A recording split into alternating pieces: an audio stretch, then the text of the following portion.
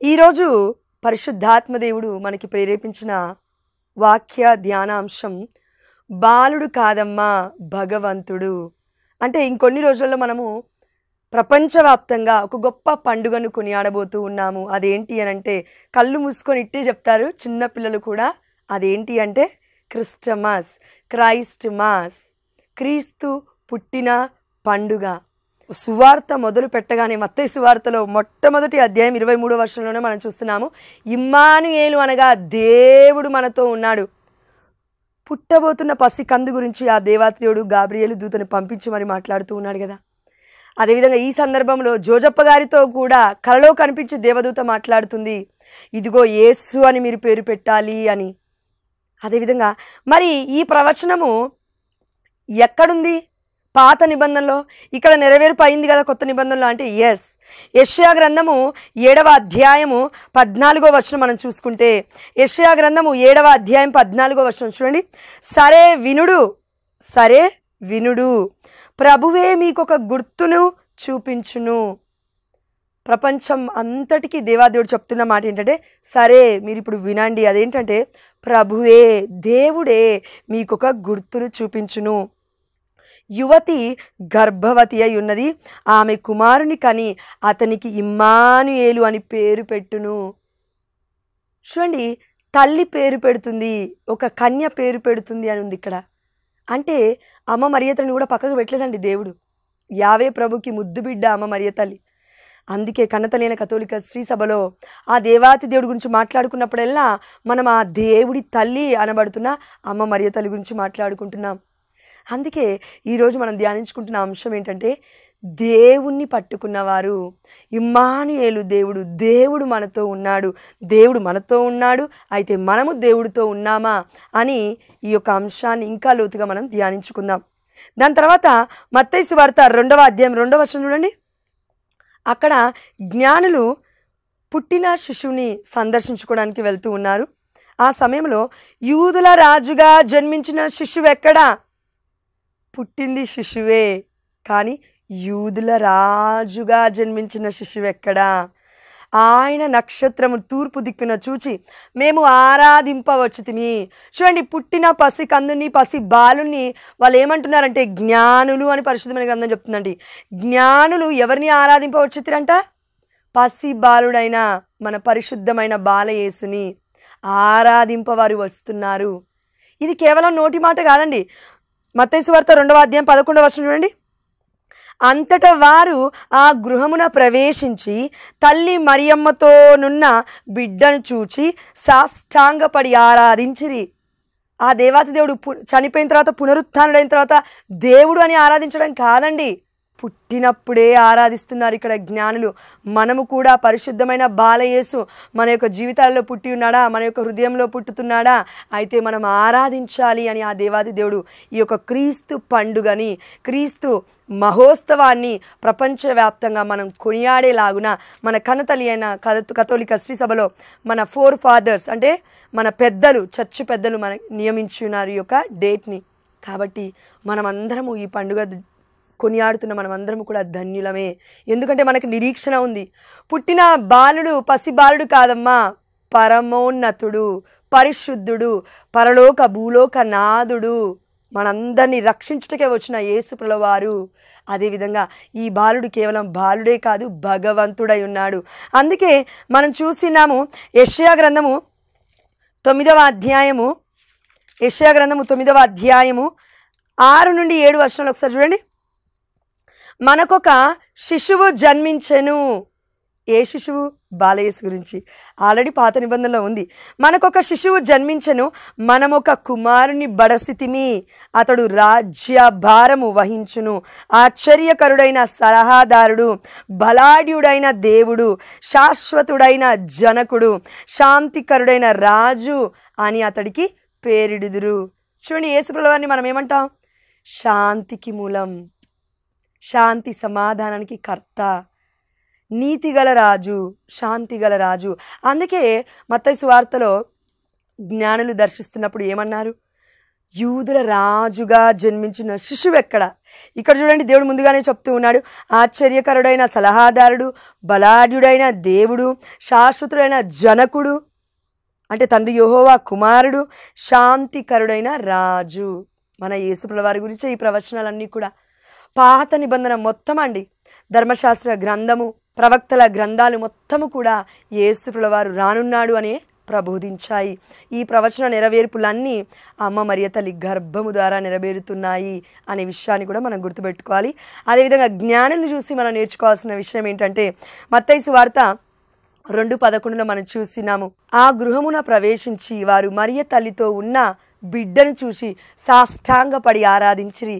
మన కన్నతల్లి అయిన కథోలిక శ్రీ సభ అందుకే మరియ తల్లి మధ్యస్థ ప్రార్థన అడుగుతుంది. తల్లిని మనం పూజించట్లేమండి, ప్రేమిస్తూ ఉన్నాము, గౌరవిస్తూ ఉన్నాము, అధికమైన గౌరవాన్ని ఇస్తూ ఉన్నాము. కాబట్టి ఇమ్మానుయేలు అనగా దేవుడు మనతో ఉన్నాడు, దేవుడు పసిబాలుడు అని ఇంకెక్కడెక్కడ సంబోధింపబడిందో మనం ఇప్పుడు చూద్దాం. యోహాను సువార్త 20వ అధ్యాయము 28-29 వర్షాలు చూడండి. అప్పుడు యేసు తోమాతో, నీ వ్రేలు ఇక్కడ ఉంచుము, నా చేతులు చూడుము, నీ చేయి చాచి నా ప్రక్కలో ఉంచుమనగానే అవిశ్వాసి అయిన తోమాతో దేవుడు పలుకుతున్న మాటలు ఏంటంటే, ఇదిగో నువ్వు నన్ను విశ్వసించట్లేదు కదా తోమా, అయితే నీ యొక్క చేతులను నా గాయములలో ఉంచుమనగానే అప్పుడు తోమా గారు యేసయ్య గాయలో ఉంచిన తర్వాత విశ్వసిస్తూ ఉన్నాడు. అప్పుడు ఏమంటున్నాడో చూడండి. అప్పుడు తోమా, నా ప్రభు, నా దేవా అని పలికెను. చూడండి, నా ప్రభు, నా దేవా. దేవా ప్రభు అనగా అర్థం ఏంటంటే దేవుడు, మై లార్డ్, మై గాడ్.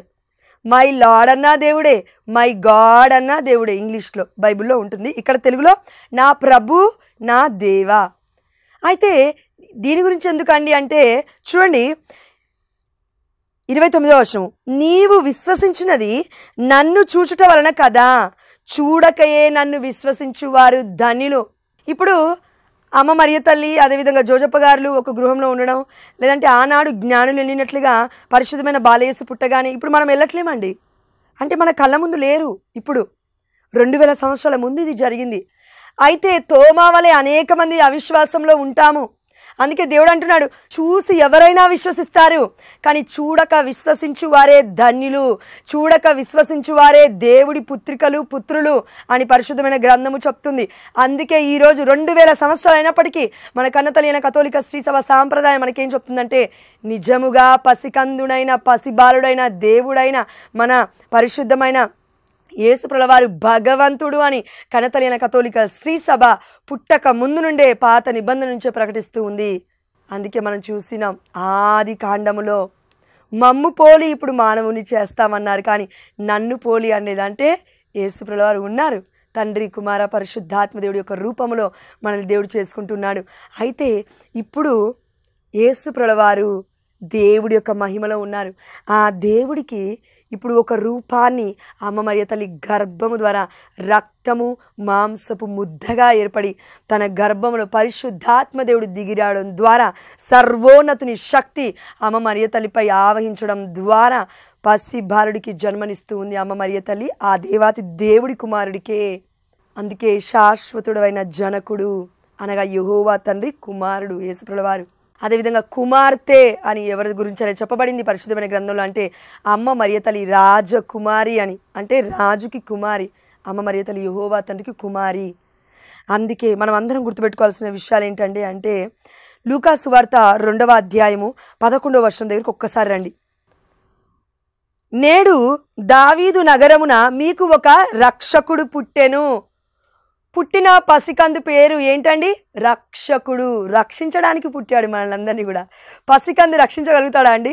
తనను తానుగానే రక్షించుకోలేడు. కానీ దేవుడు అంటూ ఉన్నాడు, నేడు ఈరోజు దావీదు నగరమున, దావీదు నగరము అనగా బెత్లహేము, బెత్లహేమున మీకు ఒక రక్షకుడు పుట్టెను, ఆయన క్రీస్తు ప్రభువు. చూడండి, ఇక్కడ కూడా వాక్యం క్లియర్గా సెలవిస్తుంది, క్రైస్ట్ ఈజ్ లార్డ్.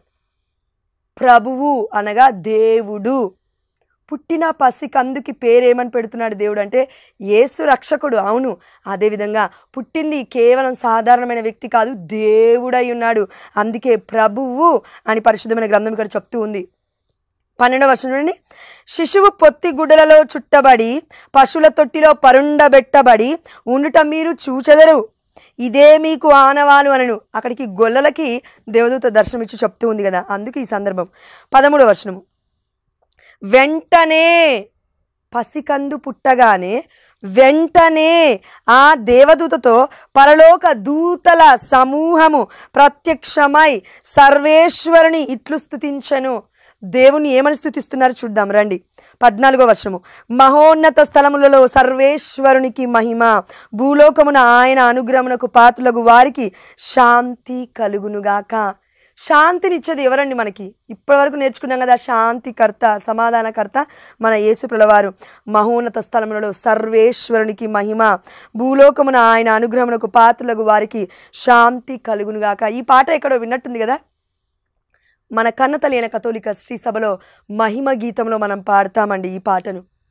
మహోన్నత స్థలములలో సర్వేశ్వరునికి మహిమ, భూలోకమున ఆయన అనుగ్రహమునకు పాత్రులకు వారికి శాంతి కలుగునుగాక. ఈ పాట డైరెక్ట్గా బైబిల్లో ఉంది.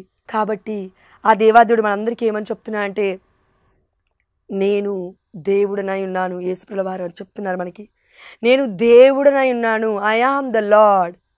నేను ప్రభువుడనై ఉన్నాను.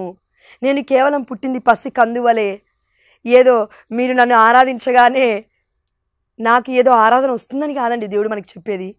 మనము ఆనందించాలి, సత్యాన్ని మనం తెలుసుకోవాలి. అందుకే చూడండి, జ్ఞానులు, ఈ లోకంలో ఉన్న జ్ఞానులు, రాజులు జ్ఞానులుగా ఆ దేవాదేవుడు మనకి పరిశుద్ధమైన గ్రంథంలో పరిచయం చేపిస్తూ ఉన్నాడు. ఎందుకు జ్ఞానులు అన్నారంటే, వారు నిజమైన ఆరాధికుని, నిజమైన దేవుణ్ణి, సత్యమైన ఆరాధనని వాళ్ళు తెలుసుకొని గృహమున ప్రవేశించి మరియ తల్లితో ఉన్న బిడ్డను చూసి సాష్టాంగపడి ఆరాధిస్తున్నారు.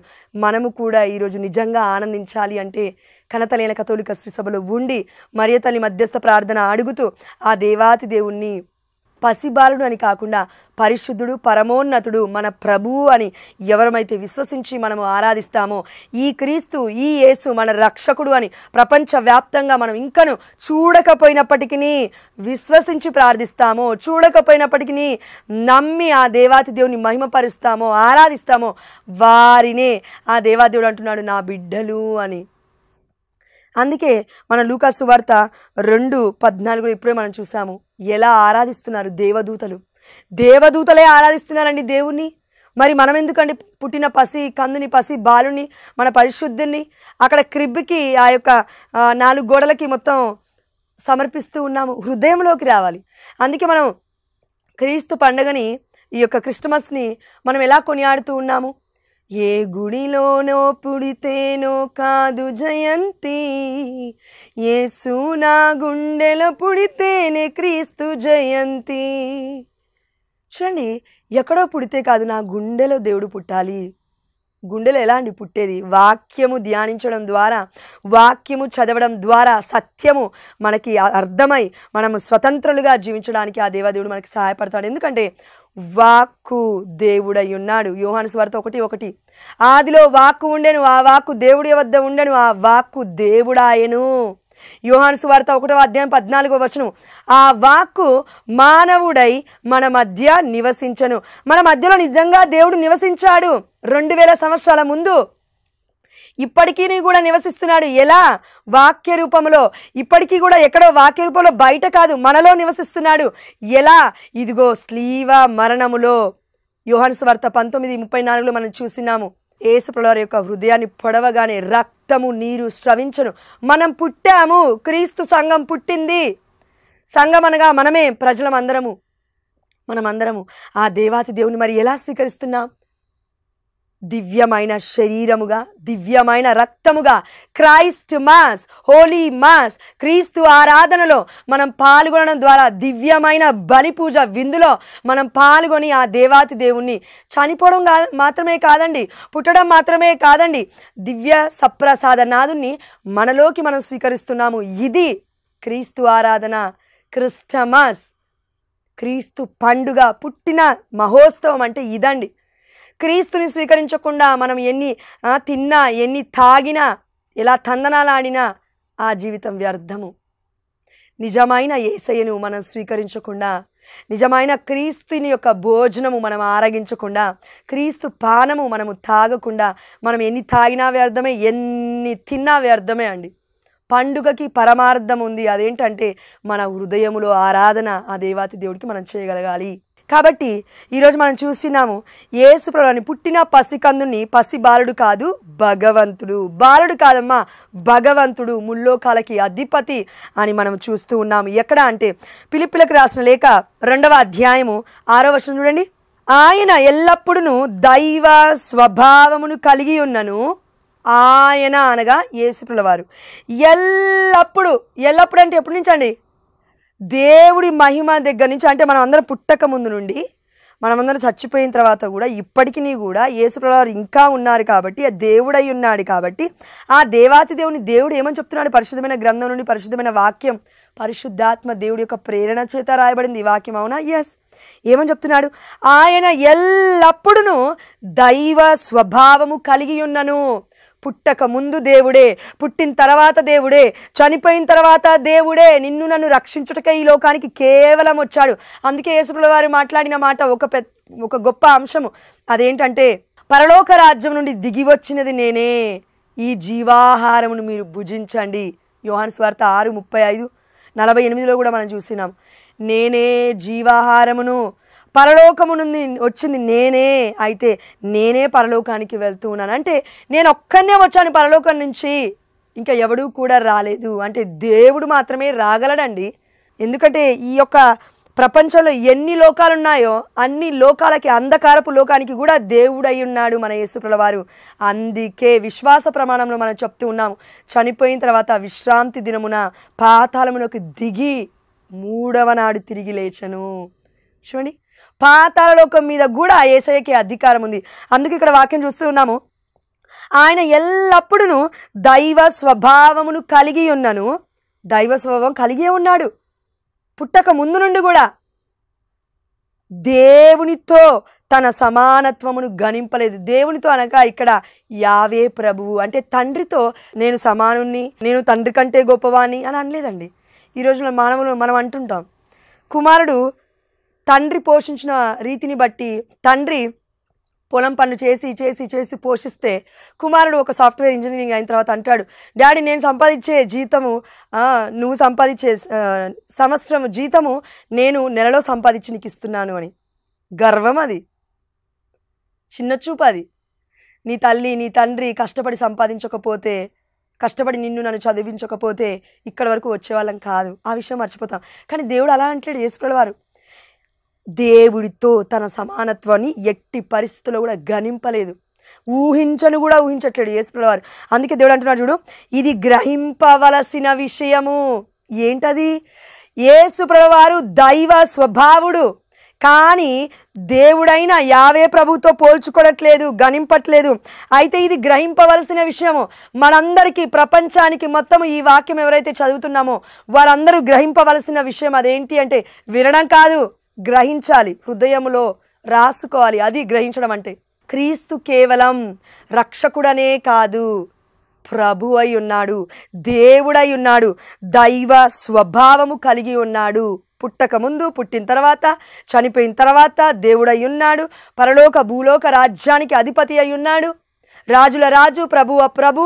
పుట్టింది పసికందు కాదు. అందుకే యూదుల రాజుగా జన్మించిన శిశువెక్కడా అని ఆనాడు జ్ఞానులు పరిశుద్ధాత్మ ప్రేరణ ద్వారా మాట్లాడుతూ ఉన్నారు. మరి మనకి జ్ఞానం ఉందా?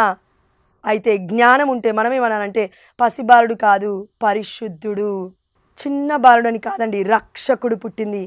ఇది మనం విశ్వసించాలి అని ఆ దేవాదేవుడు కోరుకుంటున్నాడు. అందుకే చూడండి 7వ వచనము, కానీ ఆయన తన్ను తాను రిక్తుని చేసుకొని సేవక రూపమును దాల్చి మానవ మాతృడుగా జన్మించాడు. క్లియర్ అయిపోయింది.